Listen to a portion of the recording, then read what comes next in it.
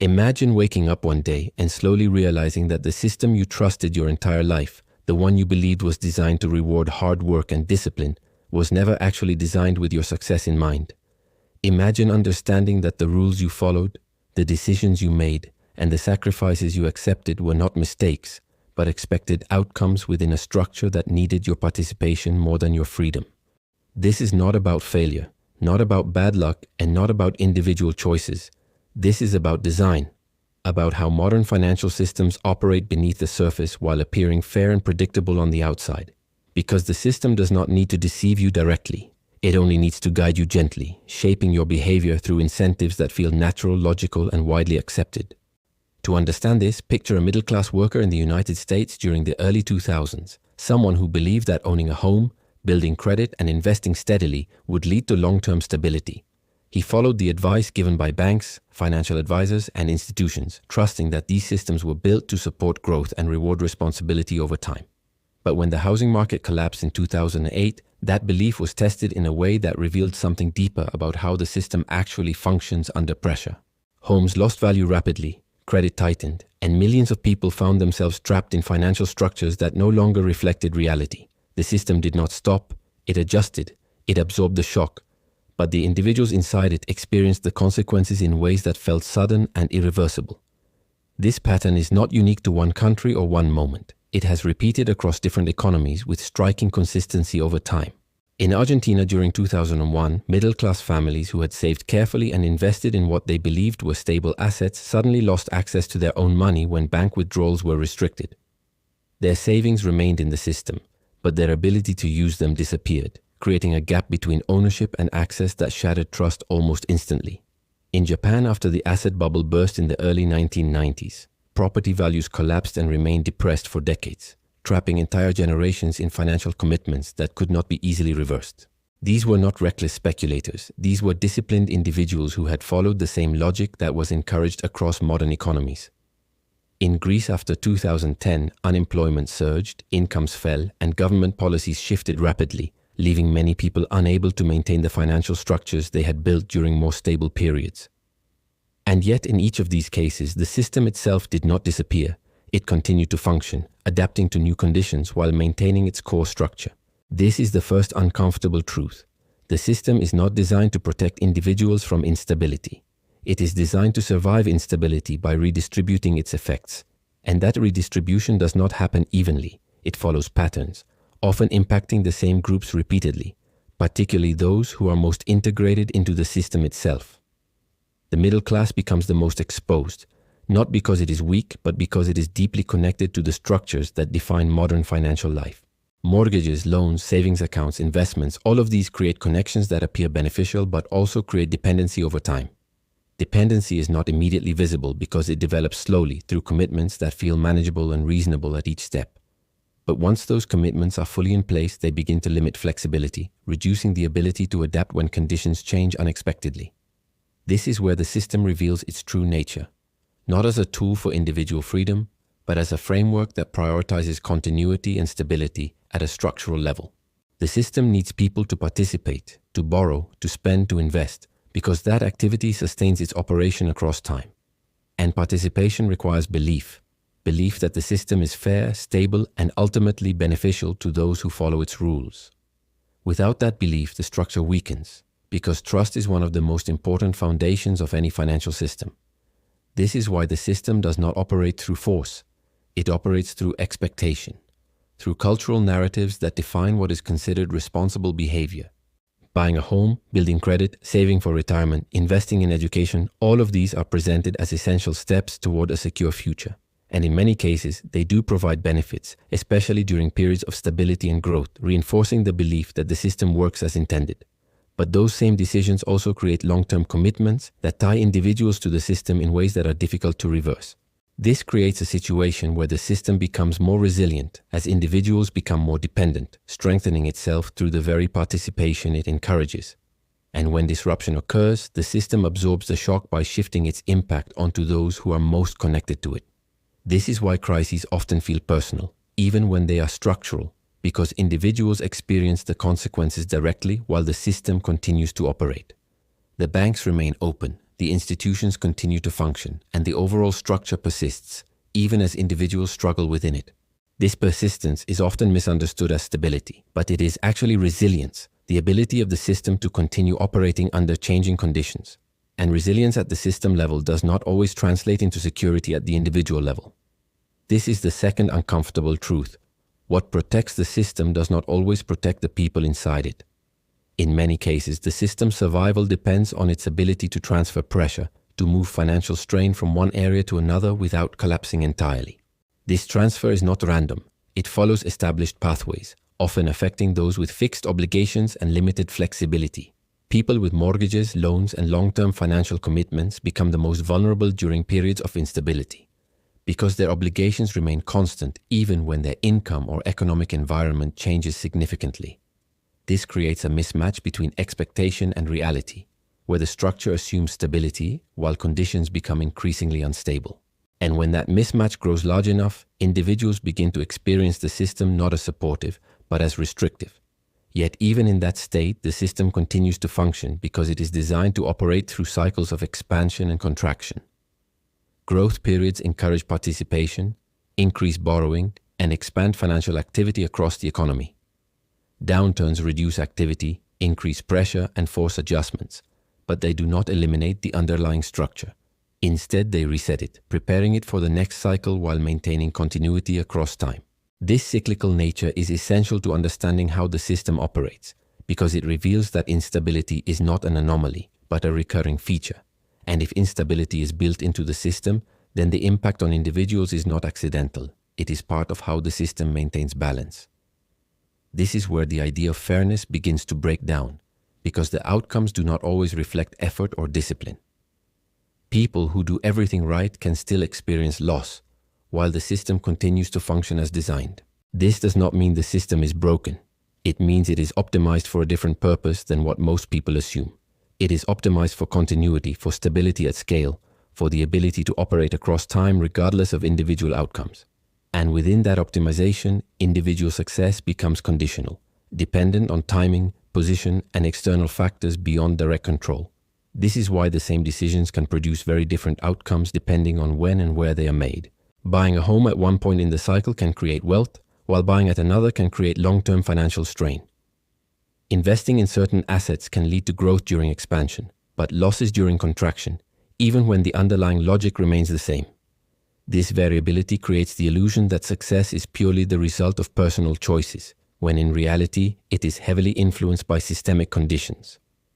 And because those conditions are not always visible, individuals often misinterpret outcomes as reflections of their own decisions.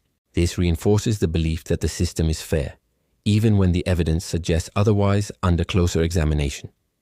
Because if the system were seen clearly, participation might decrease, and with it, the stability that depends on continuous engagement. And so the system maintains its appearance, functioning smoothly enough to sustain belief while quietly managing the cycles beneath the surface.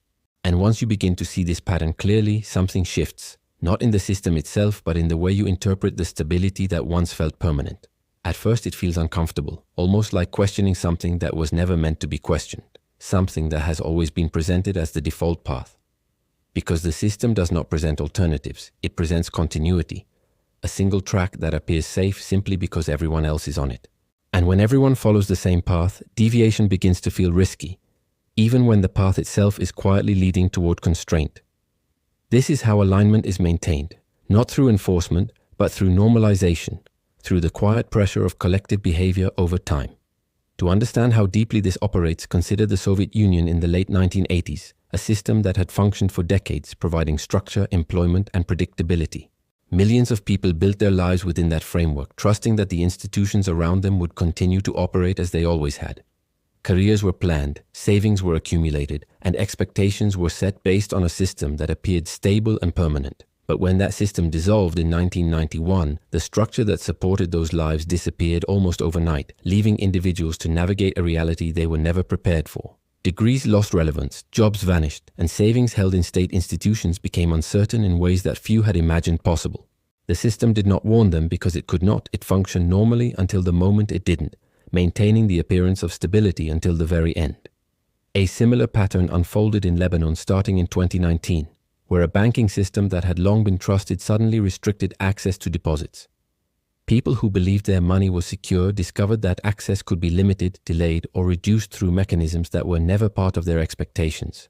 The banks remained open, the system still existed, but the relationship between individuals and their money had fundamentally changed.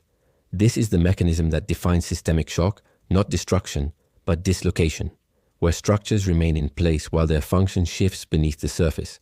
And when function shifts without visible collapse, the impact becomes more difficult to understand, more confusing, and more personal. Because individuals are left trying to reconcile what they were told with what they are experiencing in real time. This gap between expectation and reality is where trust begins to erode, slowly at first, then more rapidly as patterns become impossible to ignore. Yet even as trust erodes, participation often continues, because exiting the system is not a simple decision. It is a structural challenge. Most people are too deeply integrated, too connected through obligations, responsibilities, and dependencies to step away entirely. And so they adapt, they adjust, they find ways to operate within the new conditions, even when those conditions are less favorable than before. This adaptation is often mistaken for resilience, but in many cases it is necessity, the result of limited options rather than true flexibility. In Venezuela, during the years of hyperinflation, people adapted by using multiple currencies, bartering goods, and restructuring their daily lives around instability. The system did not collapse completely, it transformed, forcing individuals to find new ways to survive within its altered structure. And yet, even in that transformation, the underlying pattern remained the same.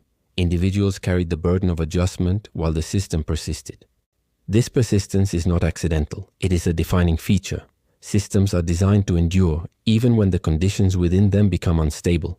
And endurance at that level often requires shifting pressure downward, distributing strain across individuals, rather than allowing structural failure. This is why crises feel uneven. Some recover quickly, others experience long-term consequences that reshape their entire financial trajectory.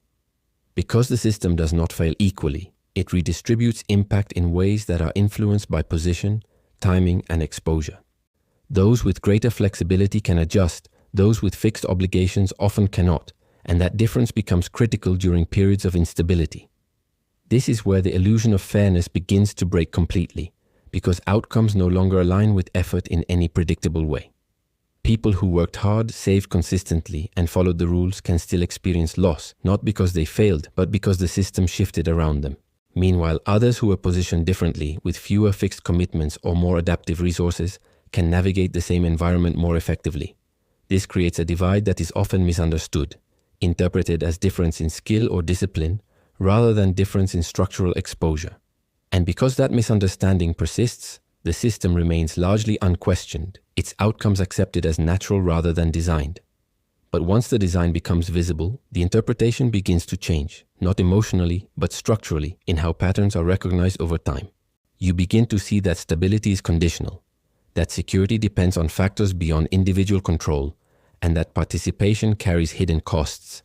These costs are not immediate, they accumulate, building slowly through commitments that feel manageable until they are fully formed. And once they are fully formed, they begin to shape behavior in ways that are difficult to reverse. This is the point where the system no longer needs to guide you actively. It operates through the structure you have already built around yourself. Your decisions align with your obligations, your options reflect your commitments, and your path becomes defined by what must be maintained. This is not coercion. It is alignment, a state where your behavior naturally supports the continuation of the system. And because it feels natural, it is rarely questioned, rarely examined at the level where true understanding begins. This is why the system does not need to be perfect. It only needs to be stable enough to maintain participation across time. Even when cracks appear, even when disruptions occur, as long as participation continues, the structure remains intact. This creates a form of resilience that is often mistaken for strength, but is actually dependence distributed across millions of individuals.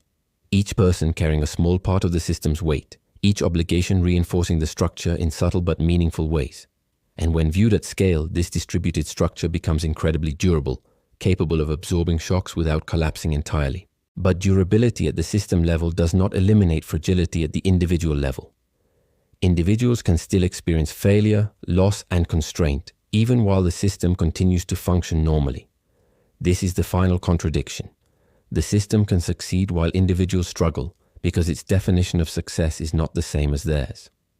It does not measure success in terms of personal freedom or financial independence. It measures success in continuity and stability. And within that definition, your role is not to exit the system, but to remain within it, contributing to its ongoing operation. This is why the idea of winning within the system is often misunderstood, because winning does not necessarily mean escaping its structure. In many cases, it means becoming more integrated, more aligned, more dependent on the very mechanisms that define it. And that integration, while beneficial in stable periods, becomes a source of vulnerability during disruption. Because the more connected you are, the more exposed you become when the system shifts unexpectedly. This is not a flaw. It is a consequence of how the system is designed to function across cycles of growth and contraction. And those cycles are not exceptions, they are patterns, repeating across countries, across decades, across entirely different economic environments. From Germany in the early 20th century to Argentina in the early 2000s, from Japan in the 1990s to Greece in the 2010s, the pattern remains consistent. Systems expand, individuals participate, commitments grow, and eventually conditions change in ways that test the entire structure. Some adapt, some struggle. But the system itself continues, reshaping rather than disappearing. And within that reshaping, the original assumptions that guided individual behavior are often revealed to be incomplete. Not wrong, but insufficient, unable to account for the full complexity of how the system operates over time. This is where understanding begins, not as a rejection of the system, but as a recognition of its true nature, that it was never built for individual freedom alone, but for collective stability across uncertain conditions. And within that design, individual outcomes are influenced, but not guaranteed, shaped, but not fully controlled. Which means the path you were told to follow was never a guarantee. It was a participation model, one that works under certain conditions and fails under others. And once you see it clearly, the system does not look broken, it looks complete, functioning exactly as it was designed to. Not to protect you from every outcome, not to ensure fairness in every situation, but to continue operating regardless of what happens inside it. And that is the realization that changes everything, not because it destroys the system, but because it removes the illusion you once had about it.